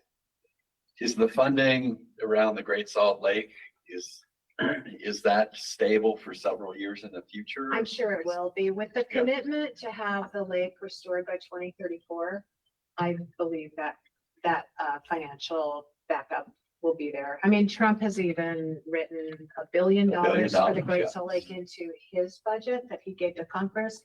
We'll see whether that actually gets funded or not. That would likely go through Bureau of Rec, EPA, and one other, maybe USGS, federal agencies, but we'll see. I'm sure there's a lot to talk about there. So I do think that there's a lot to talk about. So. I love how open-ended the restoration by 2034 was. We need restoration within the next year, but I mean, these are really difficult Well, challenges. and what did restoration mean when you defined it? Well, there's a critical threshold level for the lake, and we're below that critical threshold right now. There is a really great conference in Southern Utah. It was last month called Water Users. Neil was down there, and there were really interesting report outs on where we are with water situations in the Great Salt Lake Basin, as well as the Colorado River Basin. These are really stressful times for water in Utah. And our role in providing, good scientific data to help make decisions really can't be understated. They are looking to the survey for information and data on some of this. And our teams are developing some really amazing remote sensing methods to be able to get at these numbers, snowpack equivalent, soil saturation levels. We're deploying and building remote sensing tools to be able to get at statewide information on this that we've never really had before. And so when I talk about this demographic shift of we had a lot of senior people retire out of the survey, we have this younger cadre of people coming in. They are coming in with a really incredible analytical toolkit, and they can build models, and they know where to go get, validated data to put into these models. And so they're building a whole new toolkit that we really haven't had to be able to estimate, you know, snow water equivalents, snowpack depth, evapotranspiration. It's just really impressive. And when I see their proposals and I see their work, we just had a talk yesterday at our staff meeting. I was happy to send it to you. When I see the work that they're doing and the new toolkit that they're building so we can get at these really important answers about water resources across the state in almost real time, it is really impressive. That's something you could do regularly, like the talks that you have at your staff meetings, like that talks that just pass through to the board. I'd love to see them.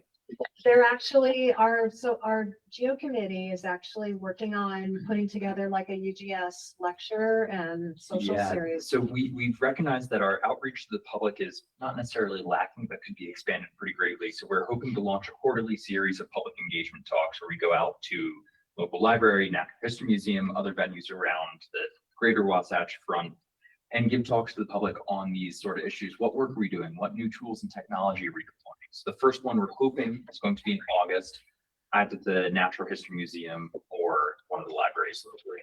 But we can make sure to send you the staff meeting talks as well because they're so interesting. If it's the slide deck's available. They're recorded. We have them recorded, so you can actually listen to the presentation. It goes back to the point I believe you made earlier. The questions of geology in Utah are just so incredible to answer, and the science is so great. People really want to come here and they want to work and they're passionate about the work. So it gives us an incredible applicant pool for all the jobs that we're listing. But once folks get in, they're really on the cutting edge of innovation with new methods and methodology to push forward some of these studies. It's pretty darn exciting. We could bring them into a board meeting, weave those back in. Let's We weave haven't those had them back in. for a year. At the end, when we have a discussion, I have some proposals for you guys about how to supplement our board meetings with some opportunities, not only engagement with our staff, but maybe to bring in Utah Mining Association or Utah Petroleum Association and talk to them about their industry needs from us too. Maybe you want to bring in people from your industry. So I think we have a great chance to, now that we're sort of through my sort of transition into this role, and the budget stress, that we experienced last year and our strategic planning and sort of refocusing of the organization. Now that we're through all of that, what can we do next to help engage you as board members also? So I think it's time to revisit that. I'm going to suggest we take a break, and I may log out of the meeting, see if I can log into my computer, pull up the slide deck. I think we're missing a couple slides. This will help me finish up our board meeting here today. So Will you send us an announcement of those community engagements? Yes, absolutely. And because I think you have a lot of citizen scientists too Oh, around the Wasatch Front. Yeah. Our outreach on popular geology is already strong. These are some new approaches. We've kind of challenged our communications team and our GIO, our Geologic Information and Outreach team, to just pull back from what they're doing and think really differently about how we're reaching people and with what information. And they're doing a really good job in that. So Thank you. Madam Yes, Chair. yes. May let's we take a break. take It is 10:02. You want 10:15? 10:10, please. 10:10.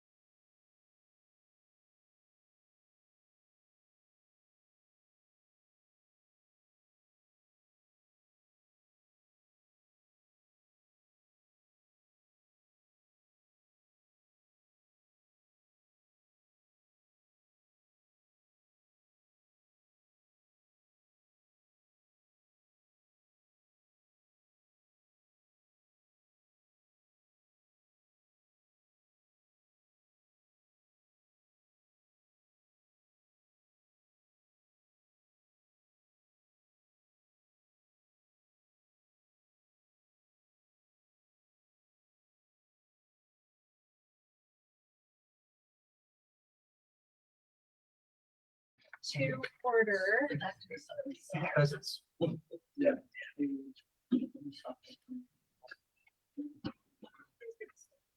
Madam Chair. Okay, here we go. We're back. It is now 10:19 and we're back on. Okay, hopefully our online guests are still with us. So I did add, I'm sorry, apparently the slides that I had added in yesterday are not saved, so I apologize.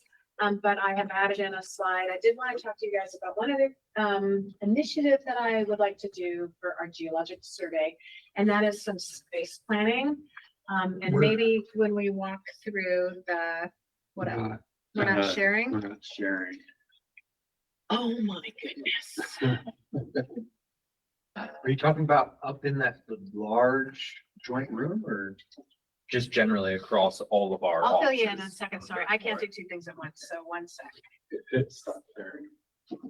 Yeah, I can't lose my, my microscope up there. That's. I'm sure we'll keep it. Anyone else is in this We're in the wrong meeting. I don't have it. We should be in the wrong meeting. Do you show any guests in your meeting? Yeah. For some reason, the calendar one doesn't work. Let me send it to you really quick. The photo micrographs. The calendar one doesn't work? The one, I don't know how that, I don't know how that calendar one got set. I really Your don't, because email? this is the one that I get from EDNR, so I'm forwarding it to you right Okay. now. It's in your email. It will be in your email. Are you signed on to your email? Yeah. Okay. All right, I just forwarded it. And that's dangerous to be right there between those guys. That's good. But you got a good window. I do. Out there. Okay, thanks, Cheryl. Geologist.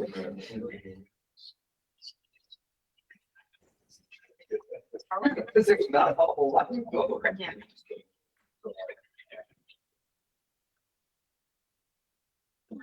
Okay, we got people in the call. Okay.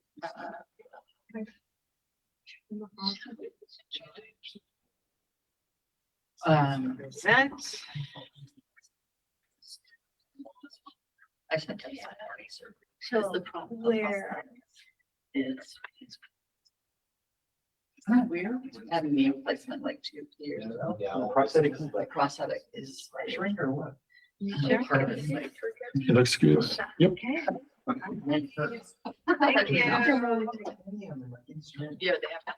If you guys haven't met Ben Sears, he's actually in our paleo group and does quite a bit of database and GIS work. And he's also stepped up as our AV help. And he's been saving my life and everyone else's, trying to figure out how to do all this. So thank you. What do you do for the paleo group? Managing the failure database and archives.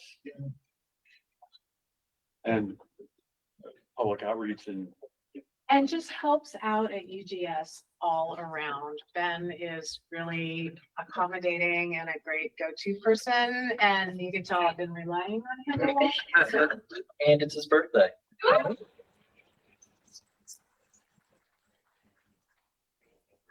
course, yeah. Happy birthday, Ben. Thank you very much. All right, so I did want to give you guys a heads up. We do have a little extra money. I don't want to go nuts, especially because there is a very high likelihood that this building is not long for DNR. Given what's happening across the street with the ballpark, our building is aging out, possibly even without the ballpark redevelopment.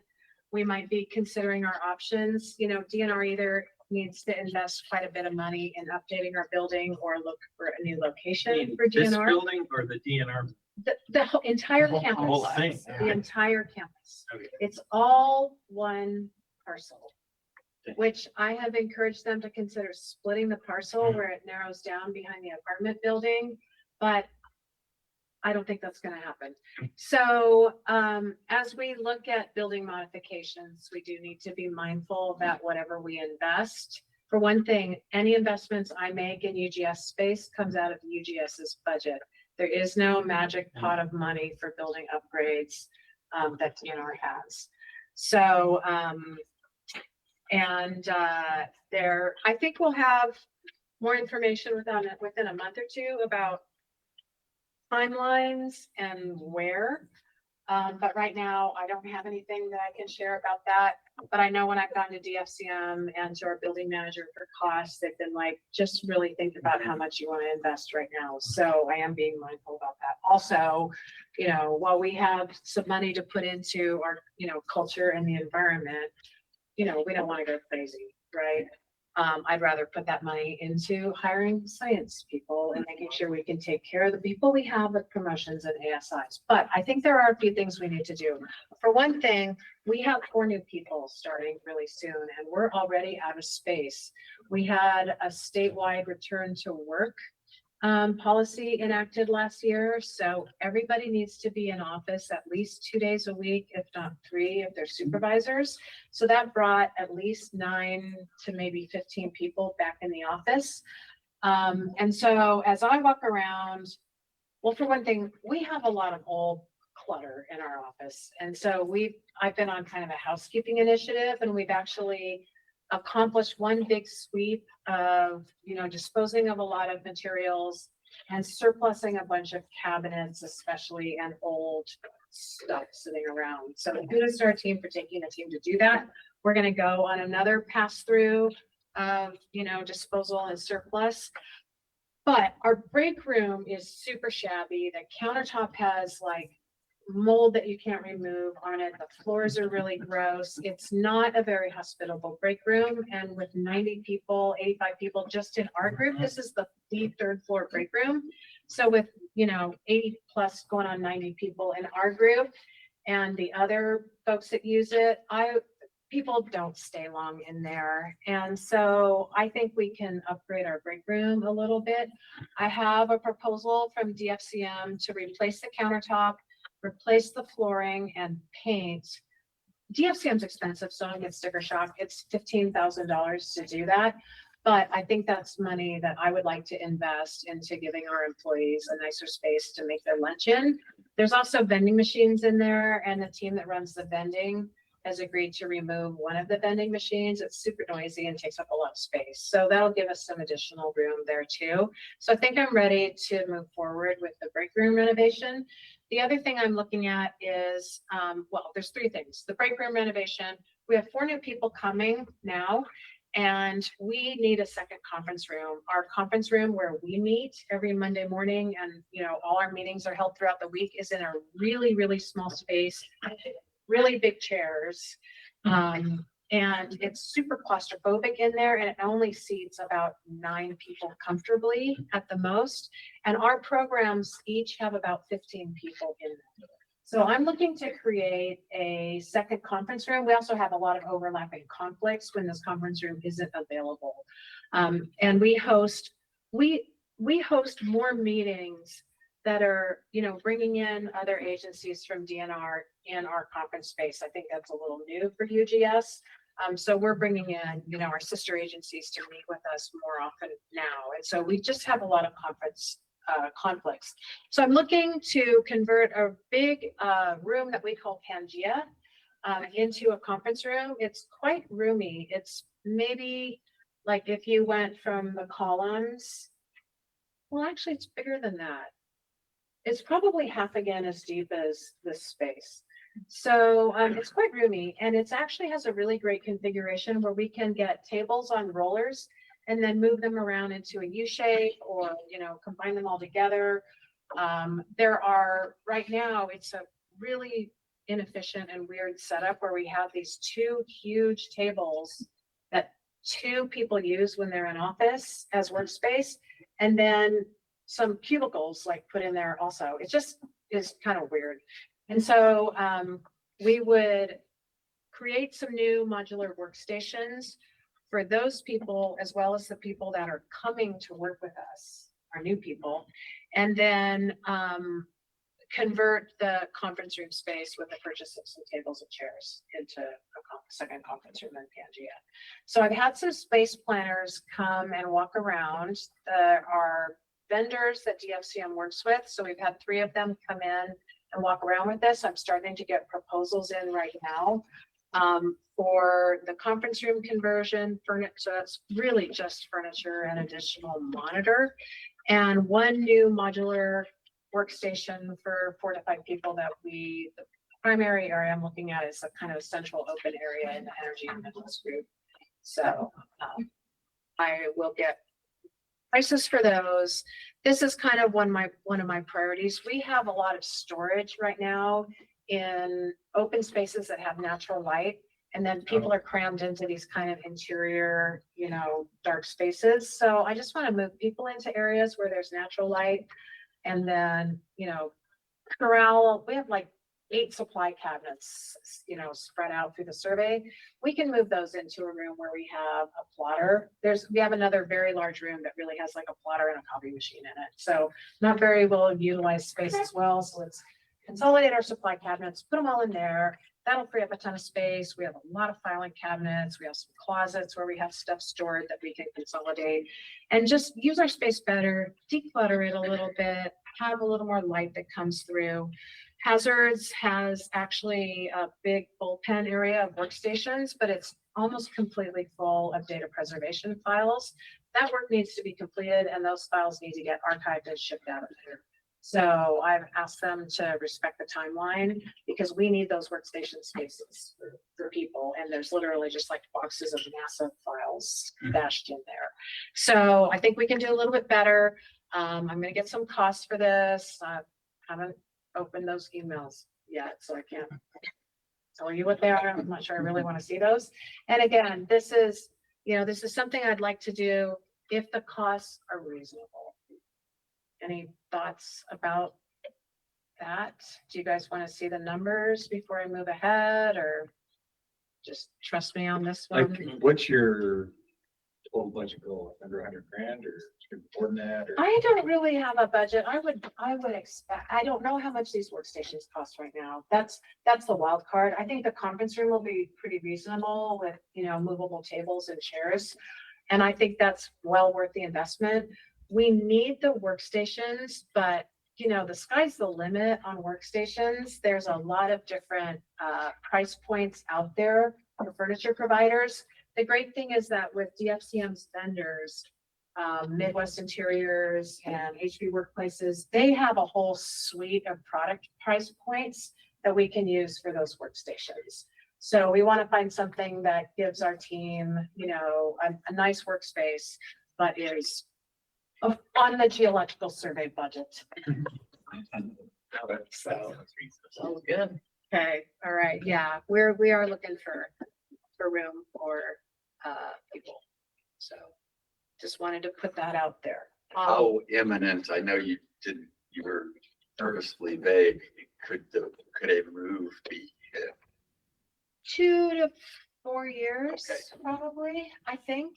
So the biggest issue for us is this building and the person. So, and they know about that. DNR is very aware that if this portion of the parcel is involved in, a real estate transfer, the core center needs to be moved. Now that could be a great opportunity for us, right? Because we could look for a new space for the core center with a big warehouse that maybe has a nicer educational center, has more core layout and viewing areas for us, maybe has additional space for our paleo and, K through 12 teacher kit supplies that they have. So, and it also is something where we might want to solicit funds to help build out a new core center too. I think that's something we could probably put on our August agenda or talk about it while we're on our board field trip.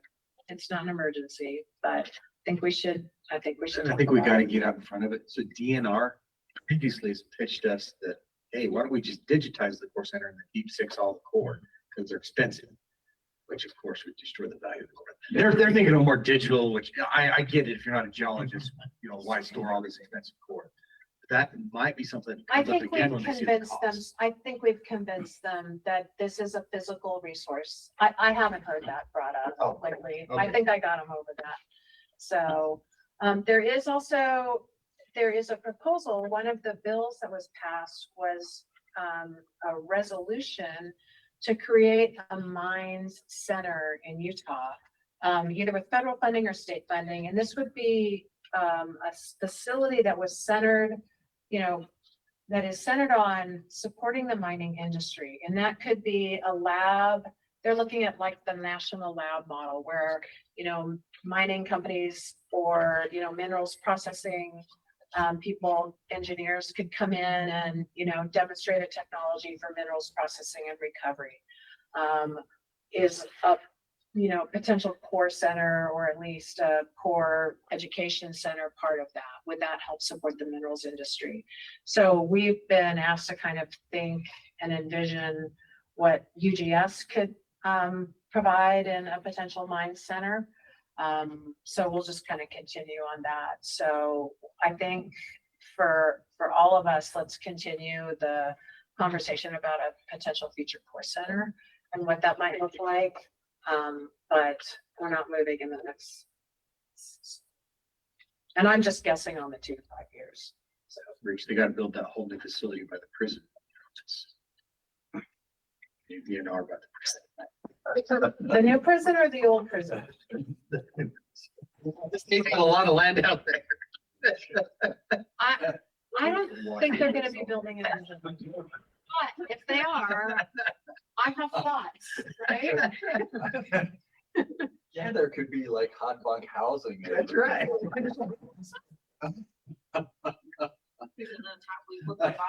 Yeah, they'll make big promises about mosquito abatement first. Yeah, right, mosquito abatement. Okay, yeah, just want to be really transparent about, things that might be bigger ticket capital expenses than you've seen in the past, so I just feel like that's something we should have. Okay, and I think that just kind of brings us to our closing discussion items.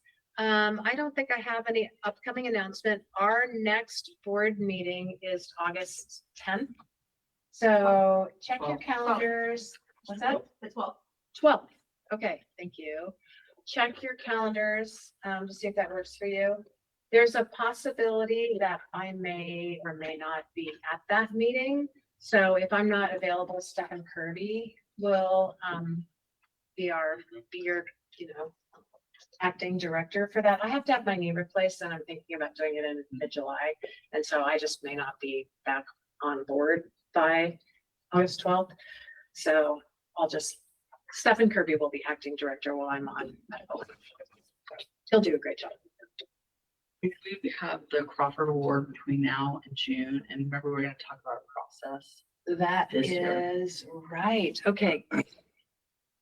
So we may want to amend our agenda for today, just to indicate that let's talk about the Crawford Award. Thank you for remembering that, because by June, by the time we meet in August, We'll be do that. passed. Yeah. Okay, all right, we'll visit that.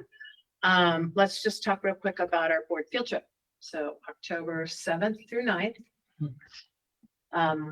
Cheryl sent out a draft itinerary, and again, we'll talk about this in August as well. So any last minute changes to this, we'll let you guys know. But right now, these are the dates for that. We'll fly you guys down the state plane. It's about an hour and 20 minutes, I think. So we'll meet here. We'll go over to aviation, get a safety briefing, load up. Please, as you think about what you're going to pack, just pack super light. We can also put stuff in the vans, but you would need to have it here the day before because the vans are going to go down a day in advance. But otherwise, just pack light. A couple days in October, weather should be great. Be a really great field tour down there. Excited about it. And then we'll be field tripping our way back in the vans. And then again, before we talk about the Crawford Award, let's just talk about our future board meetings and do we want to do presentations from programs? Would you be interested in having Utah Mining Association's director come in just to kind of meet, and maybe you do that same with UPA as well? And what are you guys interested in hearing more from about this survey? If we got Mike in here once in a while, see what they're doing, same thing for water. I mean, once a year or every 2 years, just kind of, they go through do a 20 on what the biggest priorities are, and support they'd like from the board. Okay, so maybe program by program, That's one per, one per meeting, program by program. Do you want the staff to come in as Yes. well? So you can meet the staff? Sure. Okay. Miss that. Yeah. It's fun. Well, I Some of think that you'll we be get at the surprised by how picnics. much bigger some of I our know, groups are. I so. know. Like, do you have the picnic already planned this year? Yes, we do. Because some of that, we also get at the picnics, but it's just a different setting. Oh, yeah. We love having you guys at the picnic and our holiday party. I think it's June. Yeah, let me. I think it's July.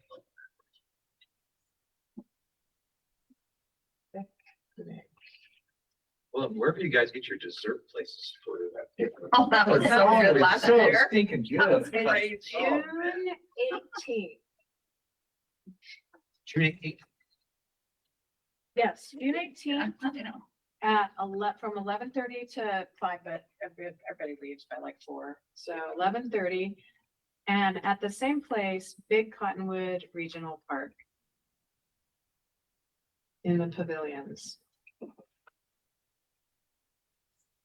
Oh, wait, that was 2025. My bad. Oh, sorry. It's the 25th. It's the June 25th. My calendar doesn't do a good job searching. Yeah, the 25th. I can send out an invite. Please, Do it. yeah, will you? Yep, I'll send an invite out for that. Okay, but same place? Yes. Big Yeah, Cottonwood Big Cottonwood, yeah. Park Pavilions. Thanks, Cheryl. If you'll get that on everybody's calendar, if you just forward the invite from Star, Yep. then if she updates that, they'll get kept in the loop about updates. Yeah, please join us there. Thank you. Okay, and we'll start teeing up programs presentations for the next board meeting. Yeah, that'll be great. I think they'll really welcome a chance to show you guys what they've been doing too. So. Okay, all right, Crawford Award. I have to retrieve from my memory about how this works. So this is about the time of year. I know the Hinsey Award nominations are going to open. That's done through UGA. They just asked me to collect all those too. And then the Crawford Award, we send out nominations.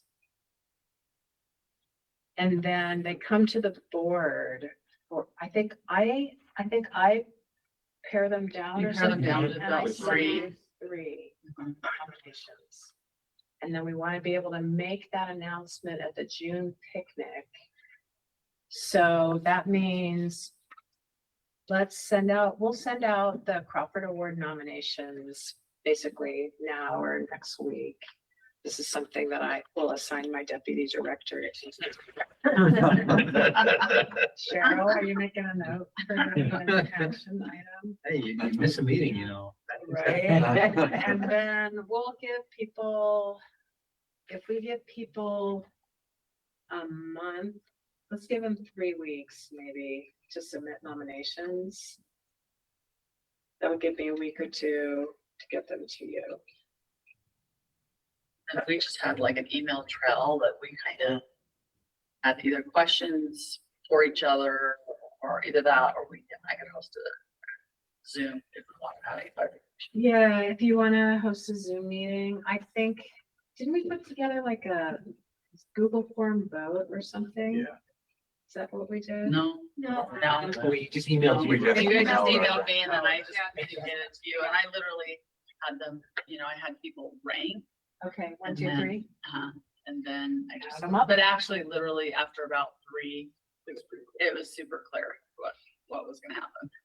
Okay. Any changes or updates to that would help you guys?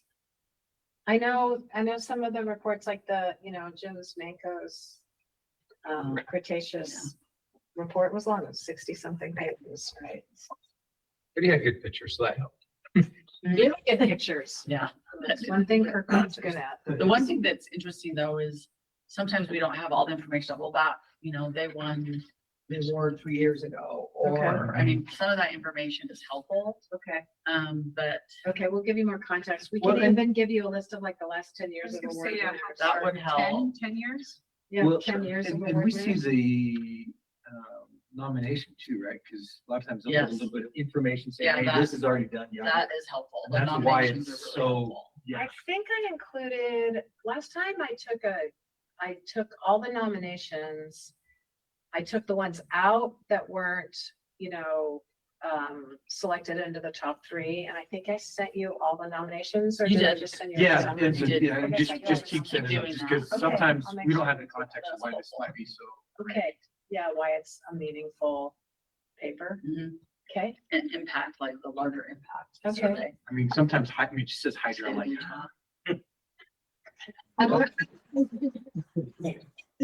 You gotta overcome that. I got, that's why I gotta have the context, that's why I gotta have that nomination. When I think also, I remember last year I had to look, well, what does the Crawford Award, like, what sort of rules are there associated with the Crawford? I okay, had to look that up because I remember Jim's talk, it wasn't a UGS publication. And it so was I thought- actually a GSA publication. Yeah, so I was like, oh, well, does that exclude him? Is this just a UGS? So I actually had to do my own research last year, so I think that could. Yeah, send the Okay. criteria out. That's good. Okay, so criteria for the Crawford Award Mhm. also. But it's super important for all these guys. I mean, the Crawford Award's a big deal for me. It is a big deal for our It's staff. cool, There are yeah. a ton of bragging rights that come along with it. Mhm. There's a cash prize depending on how many authors. I mean, Jim's are never that too gets- bashful, but he's been very excited about his Crawford He deserved it. It was a lot of work. Yeah, he That deserved paper it. was a lot. It's a lot of work, and he just has a lifetime body of work that I think it's really meaningful. And when Ryan Gall won, I mean, it's just big. Okay, anything else we can do to make this process better for you guys? And then, yeah, come to the picnic so you can see the award being presented. If there's things the board that, let us know what you would be helpful for you as well. Okay, There's, Right. there's a lot of things we have done in the past that, we could do, when we needed to, help lobby Yes. legislators or other groups, like, geology groups or whatever. Just let us know what's helpful. okay, thank you for that. I appreciate it. I agree. Our legislative mandate is pretty small for what we're required to do. So what can we do that is helpful? Thank you. I appreciate that. So, Well, I think one thing that you guys can do is help us let your industry members know what we do. And if that means we come to some sort of association meeting or industry meeting or something and present about what we do, I can send you our legislative slide deck that kind of has a really brief summary of what we do. We'd be happy to do that. That lets your industry partners know that we're bringing value to them with the work we do, geologic hazards work, water mapping, our mining reports, the oil and gas work that we do, our core workshops, our water resource studies. So help us get the word out to industry. That was an objective of mine coming on as director, is to kind of broaden our industry outreach. So if you could think about where we can show up for your industry and let them know the work that we're doing on, I think that'd be really helpful. So help us get in front of your industry partners. And I would also say, as you increase your community engagement and different things, if it ever would help, and I think it would, to have board members attend. It's always nice to have at a community engagement, Thank you. like the library or the museum, or even just throw the invite out and that we can make it we can. So, thank you. Well, we appreciate what you do. We appreciate you showing up for us. Appreciate your tenure on the board. I know you're volunteers that do this, so thank you for your time and advice. I am really pleased with the representation we have on our board, and thank you for your commitment. So we appreciate what you guys do. So, and with that, Madam Chair, I think that wraps up our board Okay. presentation. Well, thanks. Does anybody have any closing comments or? I just wanted to welcome. It's fun to, it's nice to have you and Ben and your finance team. I feel like you guys have really stepped it up and it's become more clear and solid Thank you. moving forward, which I'm really grateful for. So, and I just want to commend your leadership as well. Thank you very much. Glad we can do that. Had really good help. So great things are to come. So stay tuned. Well, and at that, it's 10:49. Unless anybody else has a comment, should we adjourn? Okay, meeting is formally adjourned. Thank Thanks, everybody. you. Thanks, everybody. Okay. Yeah.